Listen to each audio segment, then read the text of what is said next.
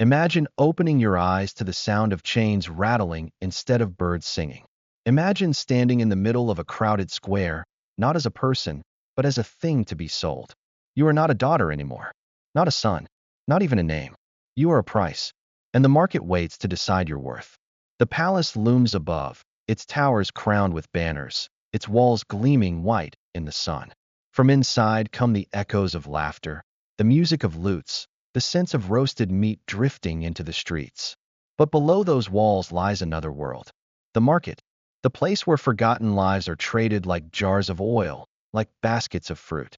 You stand barefoot on hot stones, your wrists bound, your throat dry.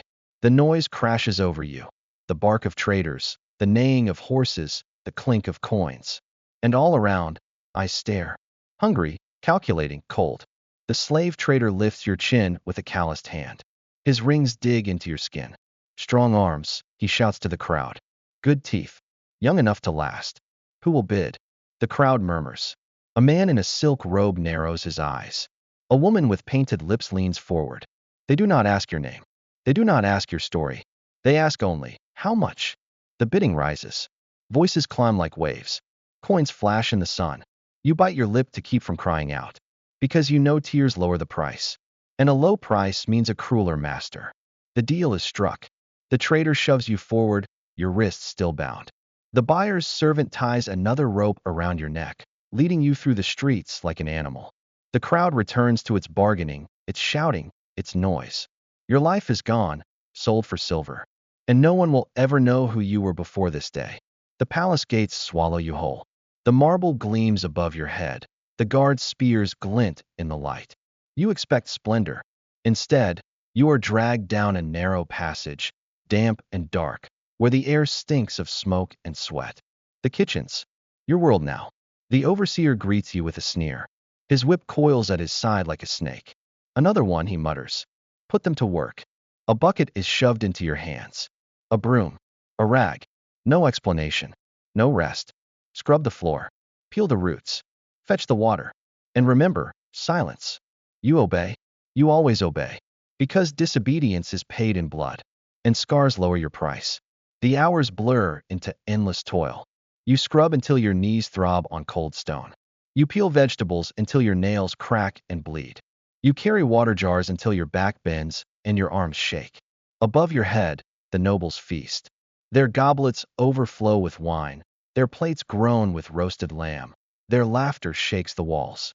Below, you gnaw on crusts of bread, too stale to chew, too small to fill your stomach. The scent of the feast haunts you, always close, never yours. By night, you collapse onto a heap of straw in a corner, your bones aching, your hands blistered. The overseer's footsteps echo in your dreams, the whip cracking even in silence. You dream of home, of sunlight on the fields, of your mother's voice, of your father's arms. But dreams fade. The market does not. Days pass, weeks, months. Your body hardens, your face grows hollow, your silence becomes your only shield. You learn to move quickly, to carry twice as much as asked, to keep your eyes down. You learn that the palace has two worlds, the golden halls above and the shadowed pits below.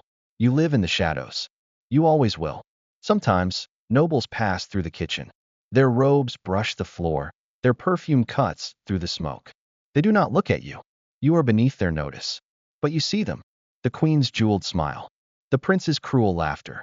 The courtier's whispering lies over cups of wine. You see it all. And you know you will carry those images to your grave. Because slaves do not tell stories. Slaves are the silence beneath the palace walls. You are the market slave. Sold for silver. Worked to the bone. Forgotten before you are even gone. And your price has already been paid. The palace never sleeps. By day, the kitchens roar with fire and shouting. By night, the corridors echo with footsteps, with whispers, with secrets that never reach the light. And in that endless noise, you are nothing but silence. You are the market slave. The overseer's whip becomes your clock. When it cracks, you rise. When it snaps, you carry. When it lashes, you bow. Your back carries scars like vines, spreading, twisting, burning with each new stroke. You do not cry out anymore. Even pain loses its voice after too many years. You grow thinner. The work grows heavier. Buckets of water dig into your shoulders. Iron pots scorch your hands. The stones you scrub leave your knees raw. Your breath comes shorter each day, your chest tight from smoke and steam. But still you move. Because stopping is death. And death comes free. Sometimes, the nobles descend. Their laughter fills the kitchens like thunder. They toss scraps to the floor, never noticing the hands that scramble to catch them. One night, a prince points at you. Too slow, he sneers. He throws a cup at your head. The wine spills down your tunic, sticky and red. The hall erupts in laughter. You bow lower, your face burning. Because dignity was never part of your price. Among the slaves, you find fragments of family. An old man with shaking hands who teaches you to lift jars with your knees, not your back. A girl younger than you, her eyes wide with fear, who clings to you in the dark. A boy who hums lullabies while peeling onions, pretending for a moment that life is not endless labor. But one by one, they vanish. The old man one morning does not wake. The boy coughs blood until he cannot stand. The girl is sold again, her tears trailing like shadows. The palace swallows them, and no one remembers. You keep moving. You always keep moving. But each day, your body bends lower. Your hands crack. Your hair dulls. Your eyes hollow. You are young in years, but old in bones. The market robbed you of childhood. The palace robs you of life. There are nights you slip outside, carrying waste to the ditches beyond the walls. The stars glimmer above, cold and distant. The fields stretch silent, empty of the laughter you once knew. You pause for a moment, breathing in the air that does not stink of smoke or sweat. For a heartbeat, you imagine freedom. Running, vanishing, becoming nameless in a world of your own choosing. But the rope around your waist, the overseer's voice in your head, the scars on your back, they remind you. You are not free. You never will be. The years grind down your hope. You stop dreaming of escape. You stop remembering your mother's face. You stop waiting for kindness. You carry, you scrub, you bleed. You are silence. Then one winter, sickness comes.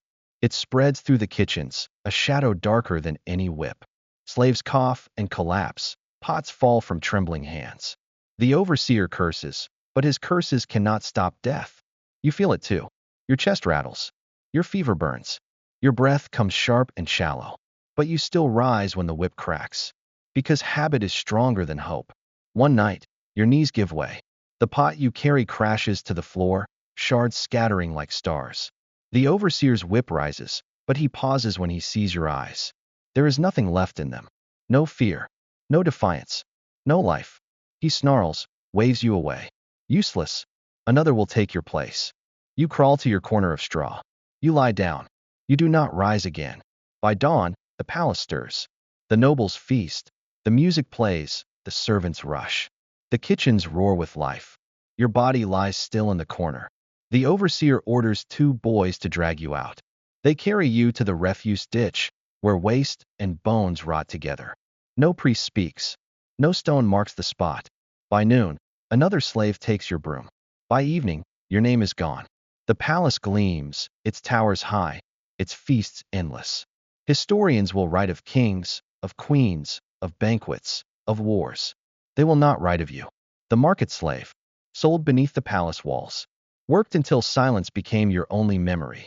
You are gone, but the palace still stands, built on the backs of those who were never meant to be remembered.